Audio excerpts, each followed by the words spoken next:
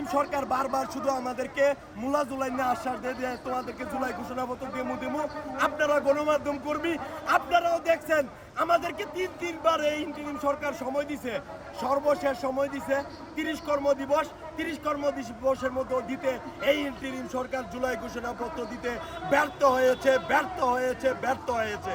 আমাদের কর্মসূচি হচ্ছে যতক্ষণ না ইন্টারিম সরকার জুলাই ঘোষণাপত্র দিবে ততক্ষণ আমরা রাজপথ ছাড়ব না। আপনারা জানেন যে আমরা যারা জুলাই আগস্টে আন্দোলন করছি, এই আন্দোলন কি রাষ্ট্রের পক্ষে করলাম না রাষ্ট্রের বিপক্ষে করলাম? জুলাই ঘোষণাপত্র না দিলে আমরা এটা শিওর হইতে পারতেছি না। আমরা জুলাই ঘোষণাপত্রের জন্য তিনবার আন্দোলন করছি। এই ইন্টারিম সরকার আমাদেরকে 3বার সময় দিছে, কিন্তু জুলাই ঘোষণাপত্র এই 1 বছরে এখনো প্রকাশ করতে পারে নাই। এই ইন্টারিম সরকার কেন জুলাই ঘোষণা প্রকাশ করতে পারে না, সেই বাধাগ্রস্ততারা কোথায় সেইটাও আমাদেরকে জানা না। অথচ আমরা তিনবার রাজপথ অবরোধ করছি যে আমাদের জুলাই ঘোষণাপত্র দরকার।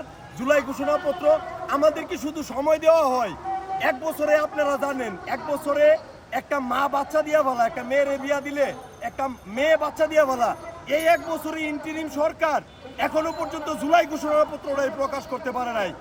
আর আমাদেরকে বারবার সময় দেওয়া হয়, তারপরেও যেহেতু আমাদের রক্তের উপর দিয়া এই ইন্টারিম সরকার গঠিত হয়েছে, আমরা মানবতার দৃষ্টি চিন্তা ভাবনা কইরা ইন্টারিম সরকারের আশ্বস্ততা মাইনে আমরা বারবার ঘরে ফিরে যাই।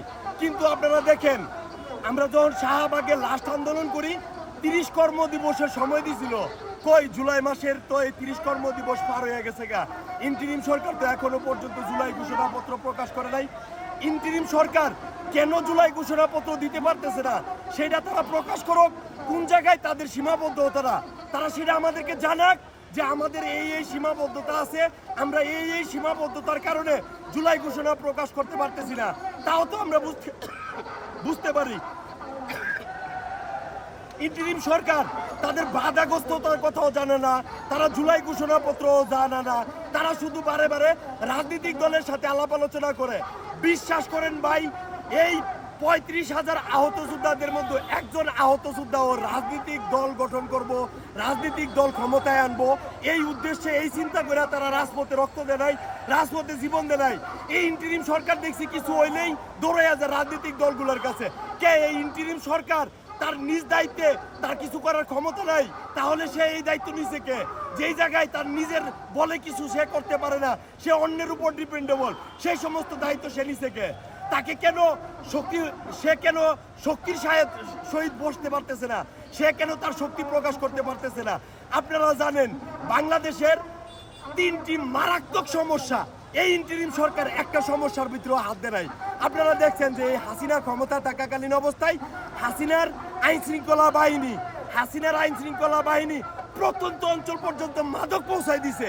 এই ইন্টারিম সরকার মাদকের বিরুদ্ধে কোনো ধরনের পদক্ষেপ গ্রহণ করে নাই। আপনারা যদি খোঁজখবর নেন দেখবেন যুব সমাজ একবারে ধ্বংস, গ্রাম অঞ্চলের পরিবারগুলো ধ্বংস হয়ে যেতেছে গা।